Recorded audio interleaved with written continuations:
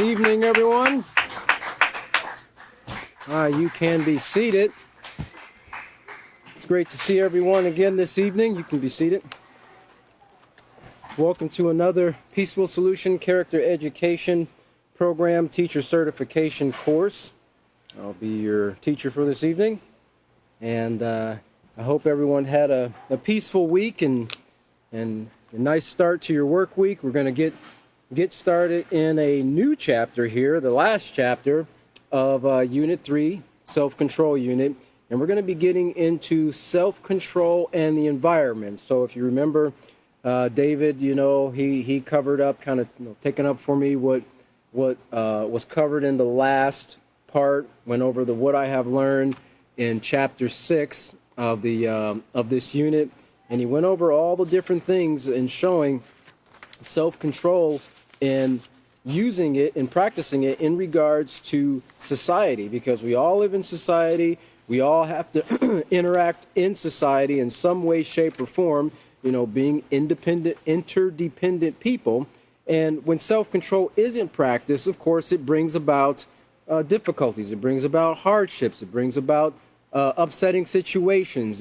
It's a causer of crimes, many crimes that was covered in that chapter. And of course, society has to try to figure out a way to handle or to deal with these crimes. But without the peaceful solution, of course, one of the main things that society uses is incarceration. Well, that doesn't fix the problem, right? Stuffing some people away from society, in effect, you're putting them in a different society, right? It doesn't help them. It doesn't educate them to learn how to improve their character. It doesn't educate them and help them to see where they made poor choices or what led them to making poor choices and what they can do now to fix it, right? It's kind of the regret that people feel. Now, some people, they do take heed of the consequence that they receive, but for most part, a lot of people, it's like when you take something away from a child, they get upset about it. They want to apologize, but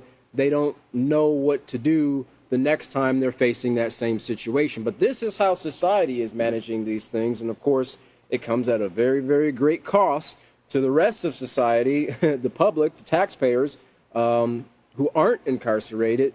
But in effect, the rest of society has to, it's kind of like, not that they're physically imprisoned, but they're financially imprisoned due to having to pay such heavy taxes to deal with these things. And so, it's going to take a lot of work, and eventually we're going to be able to do it. I think, as our leaders and so forth become more educated and actually are taught different ways in how to handle these problems, but also how to prevent a lot of the problems. A lot of these problems, like David was saying in the last class, if there was a class on character, he would have taken it, right? But these things aren't taught. So how can we really expect or expect to see anything different than what we're seeing now, right? And this is the point we've come to right now where, we're pretty much in a, maybe not the very bottom of the pit, but we're getting pretty close to it.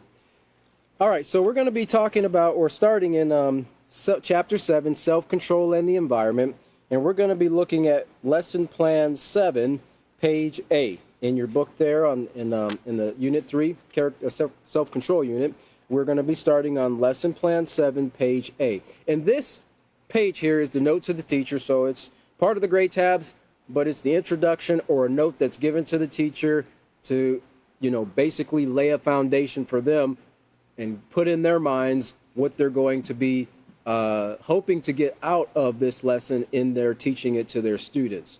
So let's look here. It says, this lesson addresses the impact of self-control on the environment. Now, when we look at environment in this particular chapter, we're talking about the actual environment, right? Not just the community that you live in, your house, your family, your school, your workplace. This is the environment where we get our natural resources from, our air supply, our food, our water, the things that we need to build our housing and to make clothing and so forth. All these things impact our environment, including and not limited to, but the animals, right? The animals that we rely on to eat.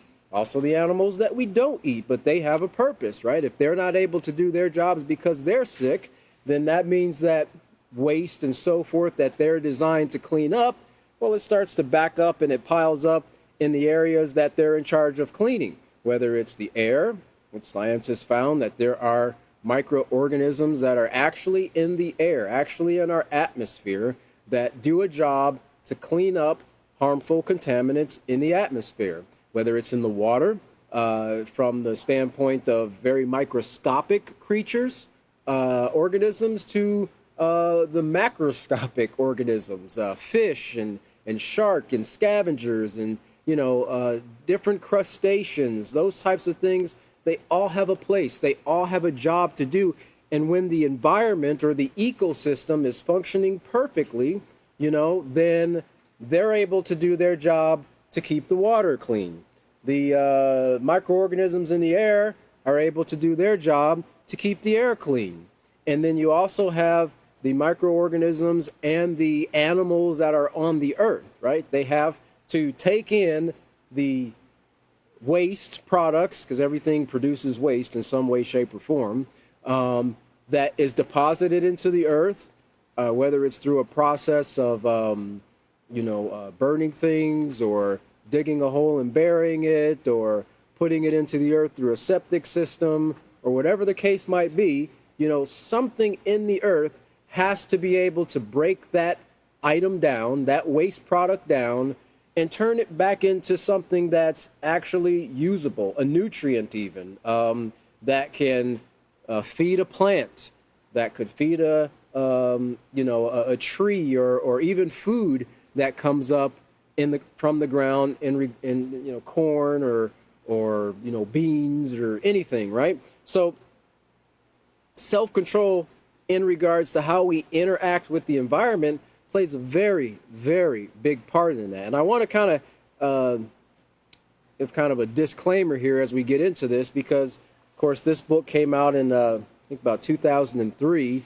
So pre-2003, a lot of the supporting material that we have, a lot of the information has changed in regards to what science has found and what they've seen, showing pollution, the cause of it, and its effects. So what you're going to see from the teachers and the presentation of it is kind of newer material, newer articles that are up to date, that have been, a lot of research has come out in the last 15 or so years. Since about 2007, they've started to see an uptick in the research that's done concerning our environment, concerning the atmosphere, the water, and the soil, and so forth, and a lot of supporting information to back up the data.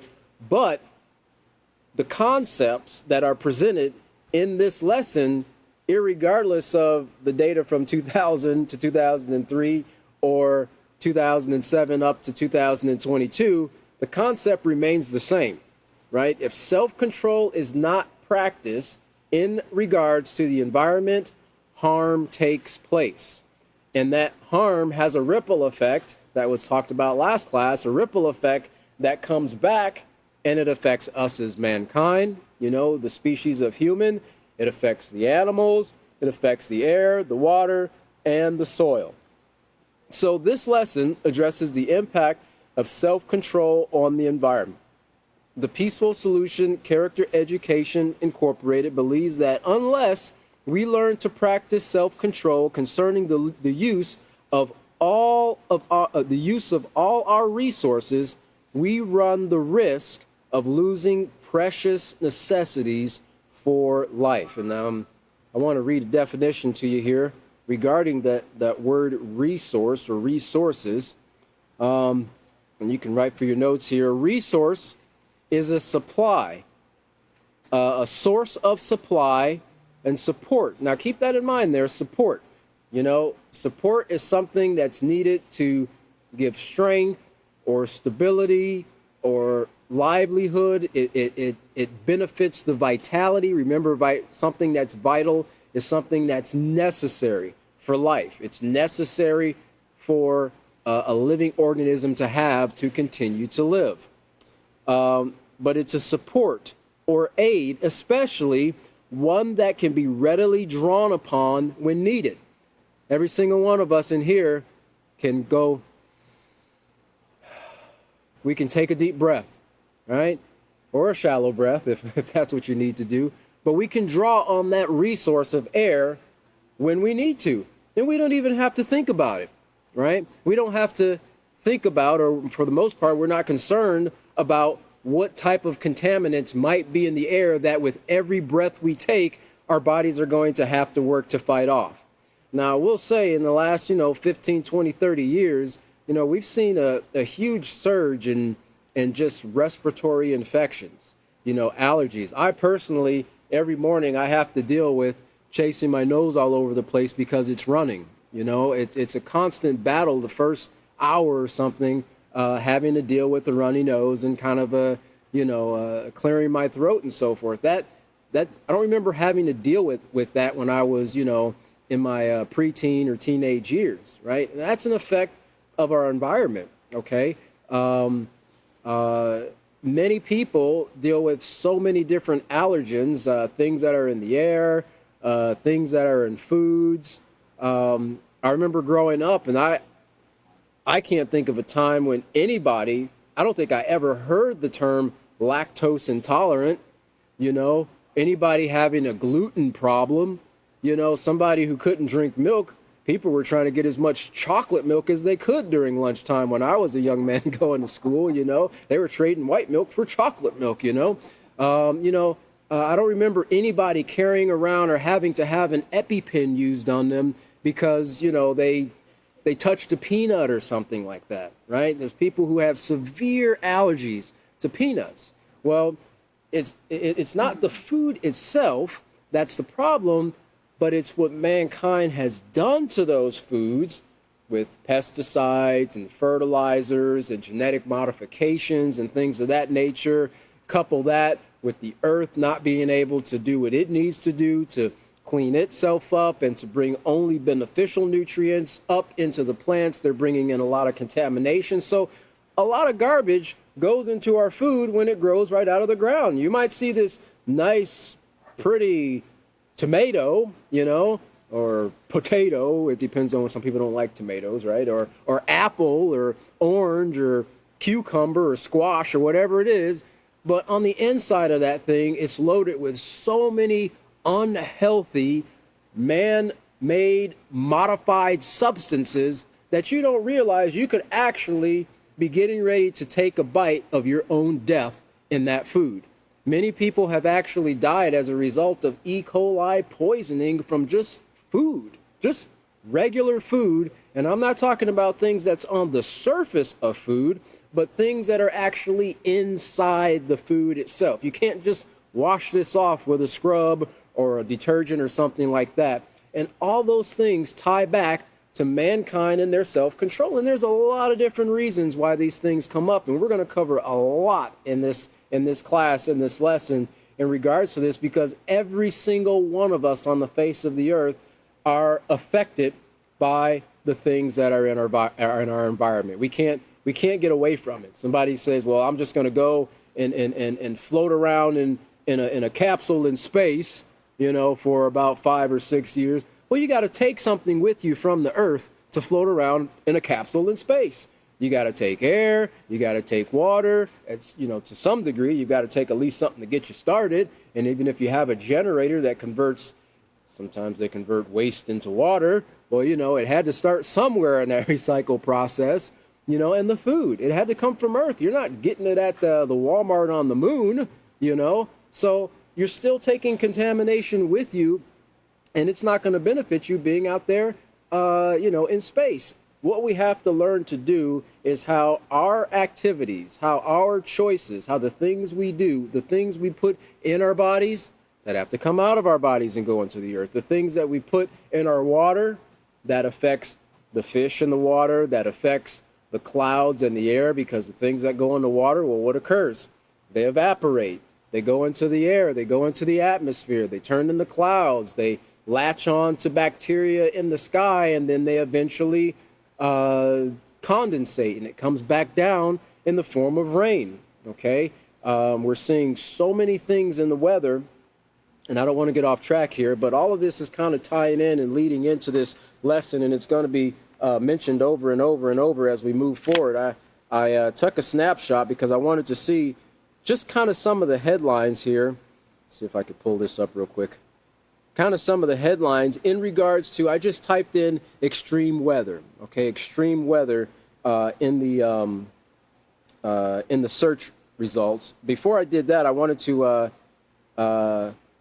to read you some of the headlines because kind of back in the early 2000s when we started to see this increase of global warming, and this is just a part, just one aspect of how self-control affects our environment. We're going to get into the food, we're going to get into farming practices, we're going to get into, water and pollution and things of that nature. But global warming is a pretty widely known, subject.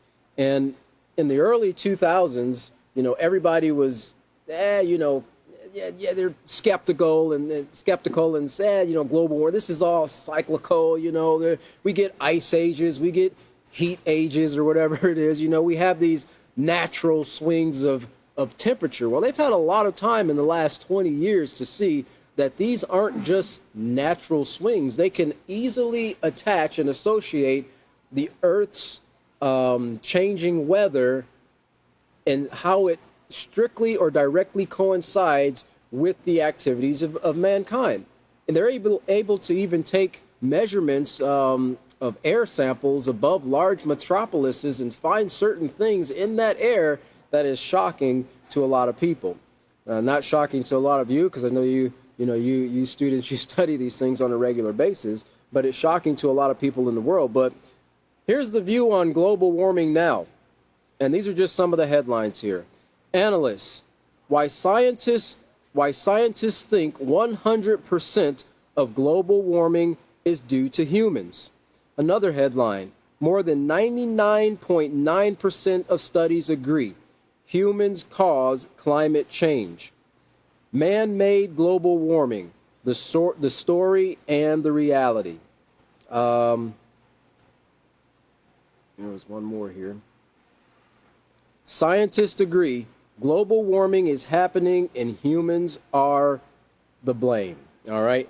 This is just in the last, 3 to 5 years what the scientists, the guys in the lab coats and the microscopes are saying, they're having to kind of scratch their head and go back on their words and say, yeah, no, this is not just something that's occurring in the cycle of the weather. This is something that's actually caused by mankind. Here's something else. When I was just telling you, I typed in extreme weather here, and these are just the first few headlines that came up, and a lot of these things are within a few hours or a day. Japan, Australia, brace for major floods, storms hit Americas. Drought, harsh weather, hurting Nebraska farmers and ranchers. So we see the effects of global warming. We see the effect of harsh weather, drought. That affects our food supply, right? And this is a part of the natural resources or the resources that we need that are vital, resources that are vital for life, vital for our survival. Not just our survival, but all species survival. Everything needs to eat. Everything needs clean water. For the most part, everything needs to breathe. Even the things in the deepest parts of the ocean rely on oxygen. Oxygen is getting to them in some way, shape, or form, either percolating down, through the ocean, or sometimes through vents and so forth that are bubbling up from the ocean bed, the ocean floor. Harrowing video and photos show severe Alaska flooding amid worst storms. Here's another one. Extreme hunger soaring in world's climate hotspots, says Oxfam.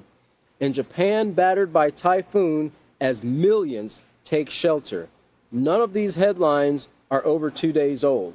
Many of them are just within the last 9 hours. So these are the things that, like we're saying here, unless we learn to practice self-control concerning the use of all our resources, we run the risk of losing precious necessities. Now, everybody can agree that we need rain. We want to, farmers need rain to grow their crops.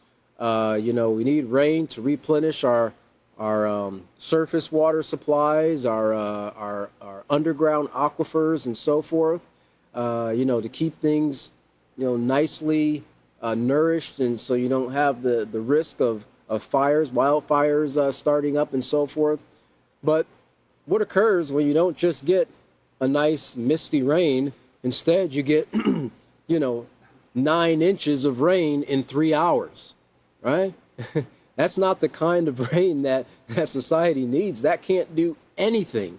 That can totally wash crops completely away. Okay, so we have the necessity for these things, but we have these great extremes on one hand, and when those things pass, well, we're in the same shape or worse shape than we were to begin with. But keep all these things in mind, because the reports are showing, mankind is the main contributing factor in these things. A lot of people didn't think of it. A lot of people, thousands of years ago, they pretty much had an idea of this because of the knowledge and the research that was done. But the Earth is not just this blueberry hanging, out in space. It's not just the ball of something that this is a rock. Or I could just take this rock and just, throw it in the water, or this is just water, or that's a cloud. No, the Earth is alive. The Earth is a living organism. It's made up of many billions, trillions, I don't know what's even higher than that, of microorganisms that contribute to an ecosystem that helps to keep the Earth and everything that's on the Earth alive.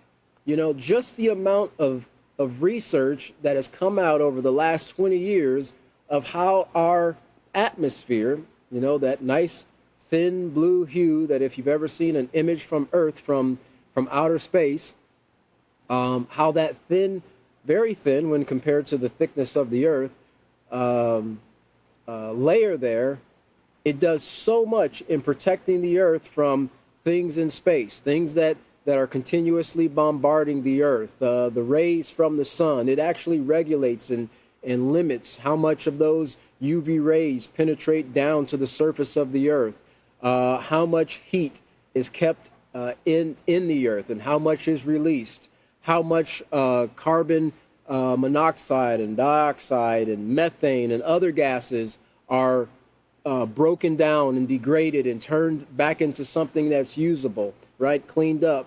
The atmosphere does a huge job in regulating all those things, but when we look up, we just see, for the most part, a nice pretty sky. Not realizing that so much is taking place up there, to see to it that we can take a nice breath. You go for a walk, or you go for a jog or something like that, or you come out of a dusty area, you want to just get a nice breath of fresh air, Well, a lot goes into making sure that air is fresh and clean for us, but we can mess that up, for ourselves and others if we don't practice self-control, right? And it might not occur instantly. It could take many, many, many years for that contaminant or pollution to build up to a point to where now we see it as a global problem. So we continue on here. Remember the definition of the word resources. It's a source of supply, support, or aid, especially one that can be readily drawn upon when needed. Natural resources are materials or substances such as minerals, forest, water, and fertile land that occur in nature and can be used for, they've gotten the definition, economic gain, or really just sustainability, right? You don't necessarily have to get economic gain out of it, but these are just things that we need just to live, right? So keep that in mind. Support for our life and health. That's what we get out of our resources.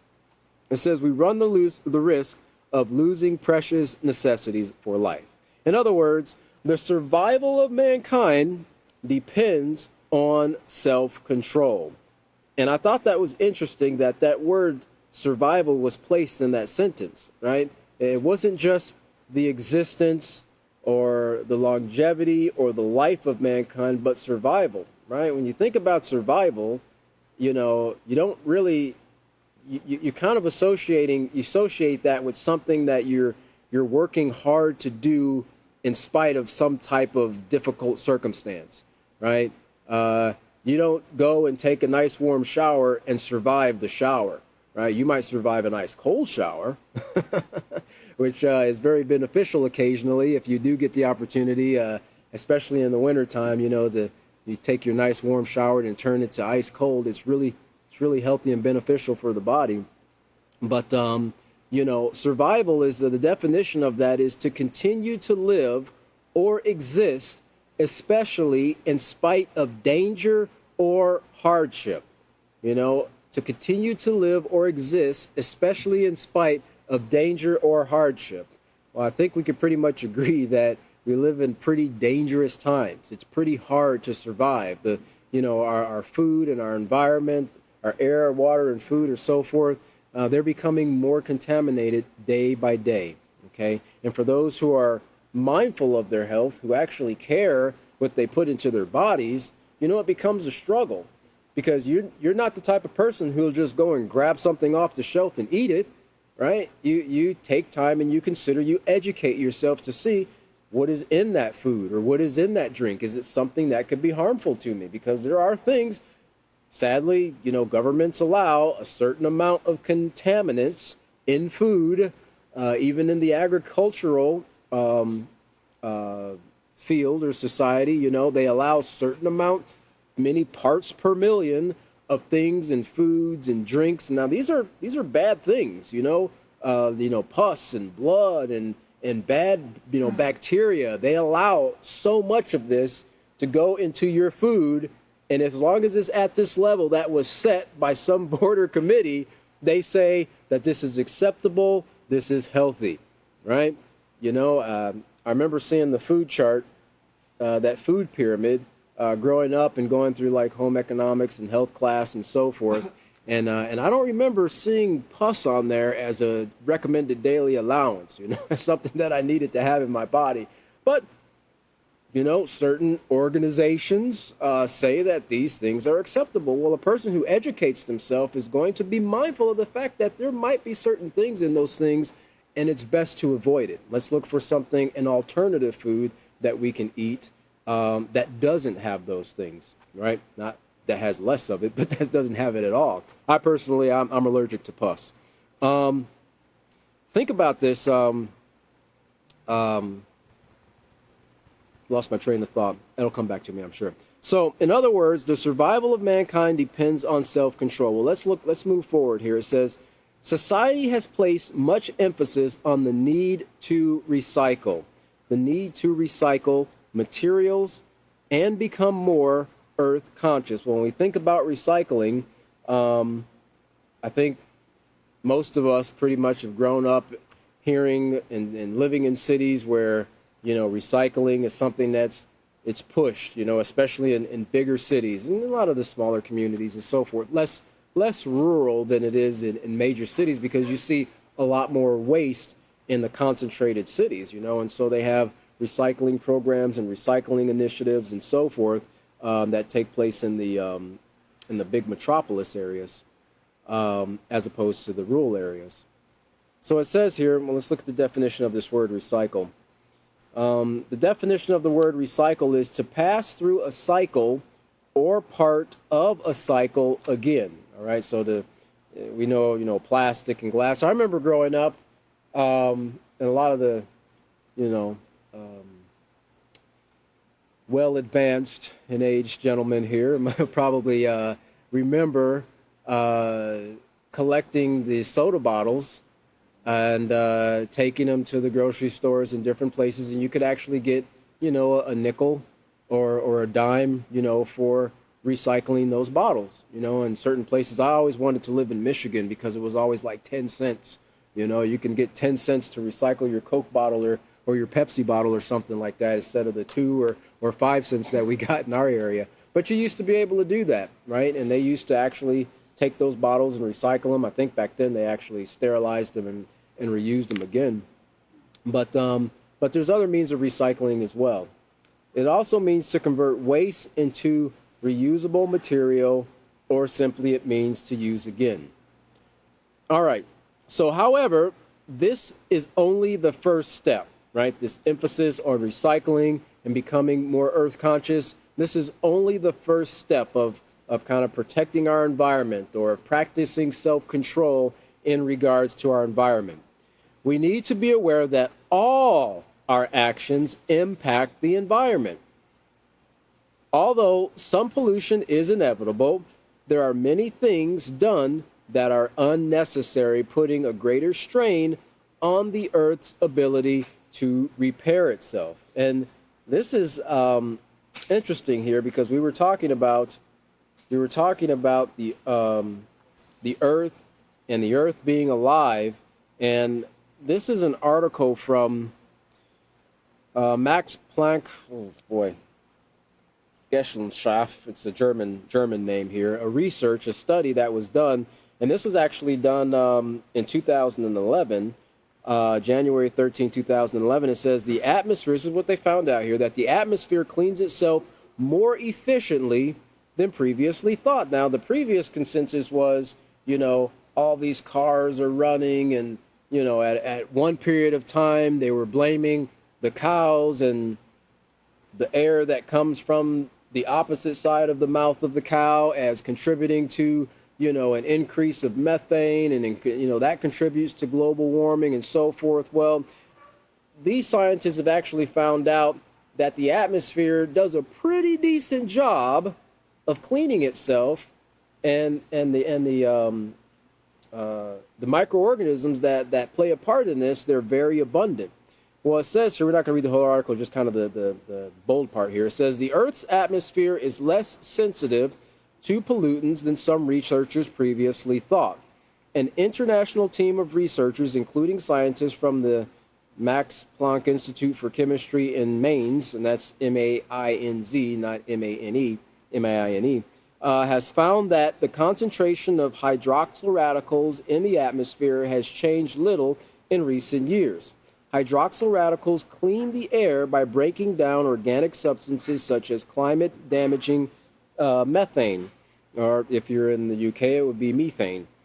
Because this self-cleaning capacity has scarcely varied over the past few years, the researchers believe that it is only marginally affected by environmental changes, and that is true in regards to the natural environment. Now, what we're talking about here is how mankind's activities affect the environment, and a lot has occurred in the last 22 years where the activities of mankind has completely altered even these little bugs, these little hydroxyl radicals, and their effectiveness and their ability to maintain a clean atmosphere. These findings refute the view held by other scientists who believe that the atmosphere is very sensitive to air pollutants. And I'm sure to some degree it is sensitive, but the pollutants that science was saying, harming the atmosphere, turning on your car, running your car, firing your wood-burning stove, those things they're not hurting the atmosphere, okay? These are, the burning of wood, that's a naturally occurring process, right? Now, oil is something that is a naturally occurring mineral product from the earth. The processing of oil is done by man, but the burning of oil does not bring harm to the earth. This is a part of what oil is made to do, right? Not just keep your engine, from squeaking and so forth, and create different solvents for paints and things like that. But, some of these things are made to be consumed through burning, right? Oil lamps, lanterns, for the, in the last 80 to 100 years, we've had electricity. But before that, pretty much everybody used oil burning lamps, right? Why didn't we have increase in global warming at that time? With oil burning lamps and lanterns and fires that were burning and so forth. Those things weren't the case. Well, they weren't driving cars. They were riding on horses and buggies. They can make all the different arguments, but the facts show that these things aren't harmful to the environment. Again, we're going back to what we do as individuals or as a society, a global society, and how our actions have an impact on our environment.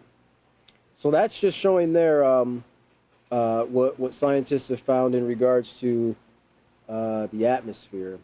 If you've ever looked at, I would encourage you, and we'll probably see it, get another opportunity to teach that, what they call the water cycle. And it's a chart that actually shows, I think we've actually shown it before in one of the classes, how water kind of originates, well, not really originates, but, you say it's groundwater, and it evaporates in the air, and it transforms into a vapor, right? Because water is known to be in three states, a gas, a liquid, or a solid. Well, it starts kind of in the liquid, it evaporates into a gas, it's hovering around in the air until it condensates on some type of bacteria or something. It has to latch on to something to condensate. And then it comes down in the form of rain on the mountains and in the lakes and streams and so forth. And some of that gets absorbed into the ground and feeds the groundwater. Some of it is runoff that goes into the streams, and it continues that cycle of running down the streams, the rivers, the creeks, and back into the ocean, and all to do it all over again. Well, under normal circumstances, the water is able to go through this process, and it has for as long as the earth has been in existence, over and over and over again, and provide clean drinking water for mankind to drink and to bathe and to cook food and to water as plants and to water as animals and so forth. Well, we've started to alter the cleanliness of the water due to our activities, due to not practicing self-control in regards to how we dispose of things, due to the fact that mankind has started to put more things into their bodies that have to eventually make its way into the water system, right? And now you have situations where, coral reef are suffering, the fish are suffering, the streams are suffering, fish are just die-offs of fish and so forth that are randomly occurring. These things aren't the result of just nature, as it's called, right? There's a man-made cause behind it, and we'll get further into that. I'm just giving you kind of a preview of some of the things we're going to cover in this chapter. Very exciting chapter here. Without careful consideration, the choices we make can have a detrimental effect on us as well as future generations, okay? Future generations. I had a note there.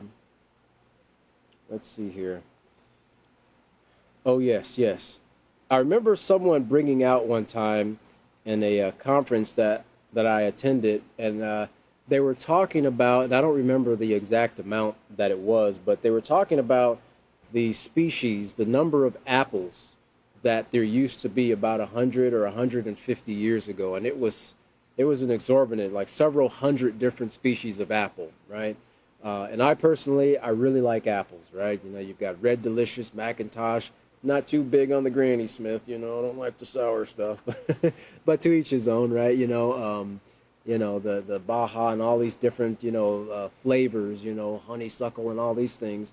But growing up, even as a young man, I only remember like maybe a half a dozen to a dozen different species of apples, One of the things I enjoyed really growing up was going actually to the apple orchard in the fall and actually picking the apples off the trees. That was a very enjoyable thing that I did as a young man. And we had apples just for days, just for months, We'd cut them and freeze them and can them and make applesauce and apple cider and apple pie and all these different things.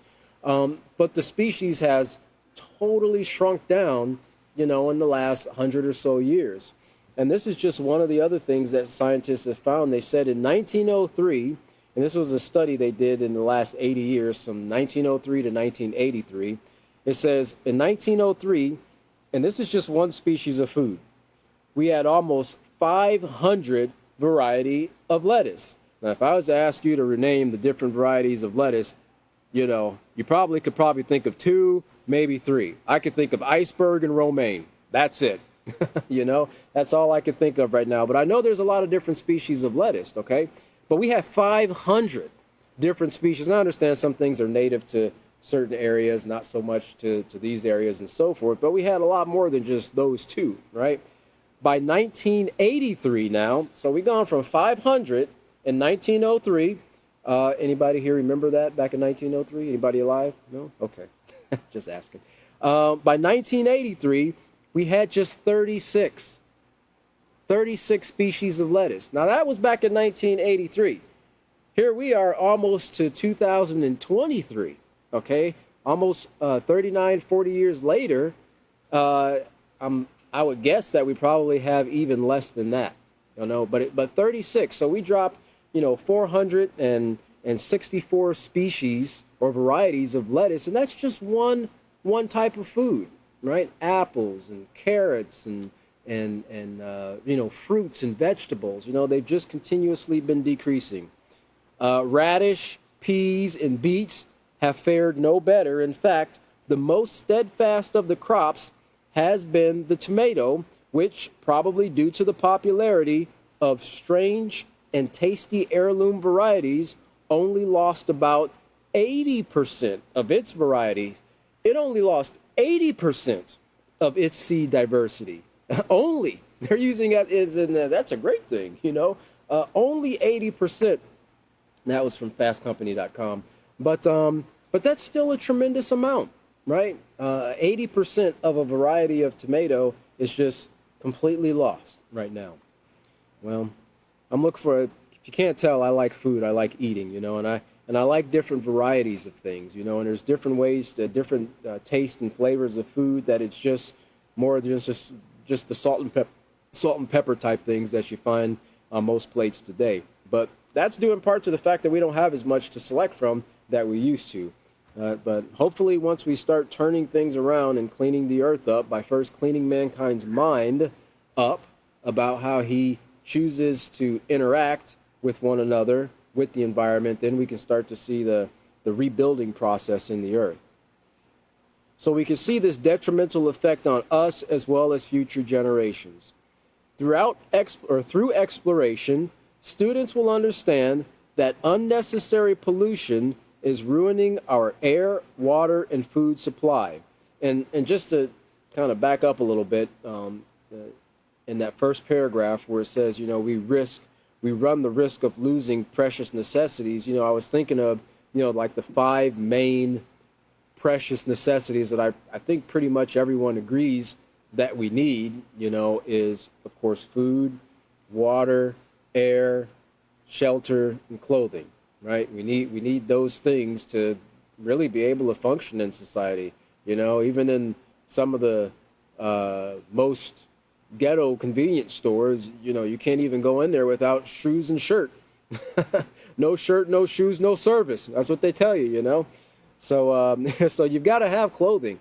You've got to have housing. You've got to have, these are the things, kind of the necessity of life, that people need to be able to function, to be able to have, joy. We should be able to enjoy life. We should be able to enjoy food. We should be able to enjoy water. I remember back, I guess it's probably about 20 something years now. But I remember when I was kind of traveling with someone, and we were up in Wisconsin, and I remember growing up in Cleveland, all I knew was tap water, right? We didn't have wells, well, not that I knew of in the city. We didn't have well water. If we did, we didn't know. Nobody cared about well water. Where does water come from? It doesn't come from the ocean. It comes from your tap. You just turn that faucet on, right? Or it comes from your hose. And I grew up just drinking water out of the hose, out of the faucet. We didn't have no Brita filters or anything like that, reverse osmosis. That's just what I grew up drinking, And I know the water was chlorinated. I know it was processed and retreated. And, I kind of got a bad taste in my mouth when I actually took a field trip to a water treatment plant, a sewage treatment plant, And I thought, oh, wow. So when you got a boil water alert and that first brown tinge that's coming out there, that's not chocolate. No, that's something else. But that's what they do in the big cities. They recycle that water. They don't use the natural process. They use a man-made process. But that's how I drank water, right out of the tap, right out of the hose. And I remember going to the country. I was at a country, and it was a lake, and we were working on a cabin. And I remember being pretty thirsty, and I was like, man, do we have anything to drink? And they was like, oh, there's a water hose over there. I didn't realize at the time it was well water. But, farther up north you get, kind of in like the Wisconsin, Minnesota, some of those areas, wells are very, very deep. Here in Texas you can drill 20 feet, 25 feet or so, and you hit water, Well, there you sometimes have to go upwards of 200 to 300 feet deep before you get water, and the water is extremely cold. It comes from deep aquifers and springs and so forth. And I remember putting that hose to my mouth, and man, I thought I was doing drugs at that time. That water was so sweet. It was like, I'm pretty sure it wasn't antifreeze because I'm still alive, but that was the sweetest tasting, naturally fed water I had ever had in my life. And I'm sitting here drinking this, and I'm like, wow, whoa. I never had water taste so great in my life, and I still to this day haven't had water taste that sweet unless I put a little sugar in it. But you go to different places, and those are the experiences that you get, right? And you think about the filtration that the water has to go through traveling 200 or 300 feet down into an aquifer before you pump it back out of the ground, and it's like 42 degrees and it's sweet to the taste, right? And very hydrating to the body. Sometimes you drink water, especially bottled water, and you're more thirsty after you drink it than you were before you drank it. I wonder if that's the plan for the manufacturers, to get you to buy more water. That'd be a great little plan there to make money. But anyway, these are the things that we see taking place in our society. This is or not in our environment. And again, we tie all these things back to mankind and their lack of self-control in interacting with the environment. So it says here, the Peaceful Solution Character Education Incorporated maintains that developing a positive moral character also includes becoming more environmentally conscious. Just be aware of the things in our environment, but also how our actions contribute to, or it's a big word here, are deleterious, or they delete or they take away from the environment, or so they're contributing to the environment either in a beneficial or a harmful way, right? Or we're taking away from the environment, and in some cases we're not replenishing, we're not putting back. They're just now getting to the point where they're realizing, oh, okay, we can't just take all these trees out of the forest to build houses. We need to plant trees again. We got to put trees back in the earth so that 20, 30 years later, you're going to have children, they're going to want to build houses. There's going to actually be trees they can actually draw out of the forest so that they can build houses again. Okay, we can't just take, and it's kind of like young people grow up in a house. It's kind of like children. They throw their clothes in a hamper, and as far as they know, they just throw it in a hamper, and it just miraculously ends up folded in their drawer.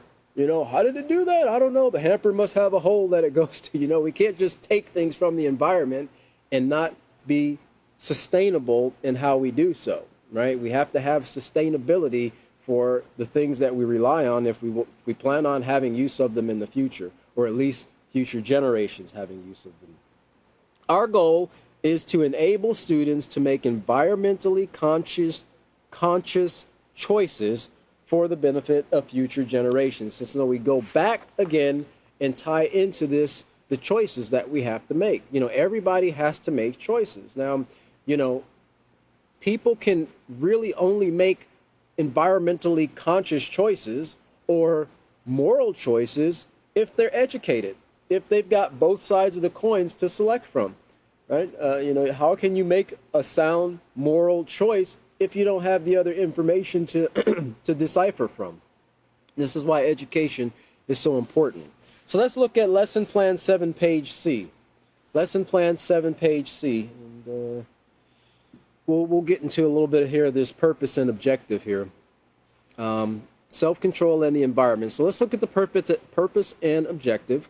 It says, students will learn how to expand their concept of self-control. Now remember, this concept is, it's the principle or an idea, something that's formed in the mind, right? A principle or an idea. Well, that word principle should ring a bell for you, right? This ties back into moral principles, right? Principles or ideas that are surrounded by the following or based on following the rules that don't bring harm to ourselves, others, And in this case, in dealing with the three basic categories of morality, the environment.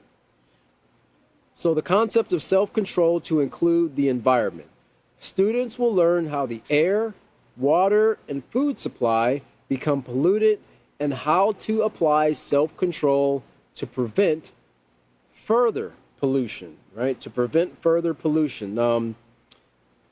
Anybody ever hear of the rule of three? I'm sure some of you probably have. The rule of three. And it simply states that we can survive 3 minutes without air, 3 days without water, and 3 weeks without food. Okay? And this is, people, the survivalist guys have put this together. Well, not really put it together by experimenting, but they found that's what mankind can survive. We can't survive very long without these things. These are the things that are vital for life, right? And we need them, but we don't just need them. We also need them to be healthy and beneficial for us, right? Could you drink water that's polluted and survive? Sure you can. But you're also going to have to now, your body's going to have to work to cleanse itself, to push out the contaminants that you put in your body from that contaminated drinking water. That's something that, let's see here. I don't think I saved it. I know I looked it up here I was just going to see how many people here were, I think it's around 829 million people, almost 900 million people go to bed hungry every night, right? A little over a billion that are almost a billion that are food insecure. They don't have food. They're not eating supper. They're not eating at all, right?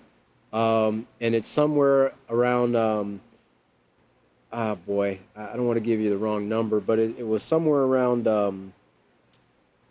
one or two.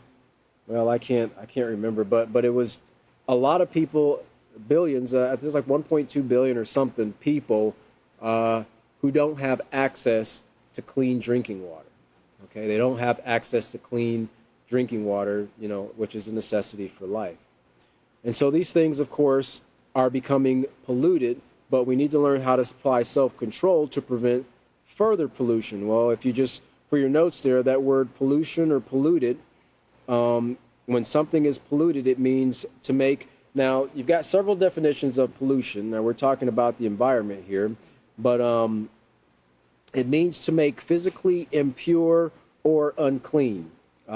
Anything that is polluted is ruined and dirty. That's just kind of the simple definition that you kind of get from Merriam-Webster's, but something that's, everybody can understand dirty, right? They can understand, something that's dirty or something that's ruined. You can look at muddy water and you can look at clean water and you can see that, well, if you had to decide between the two, granted the clean water didn't have some unseen chemical in there, you're going to drink the clean water because the other is dirty, it's polluted, right?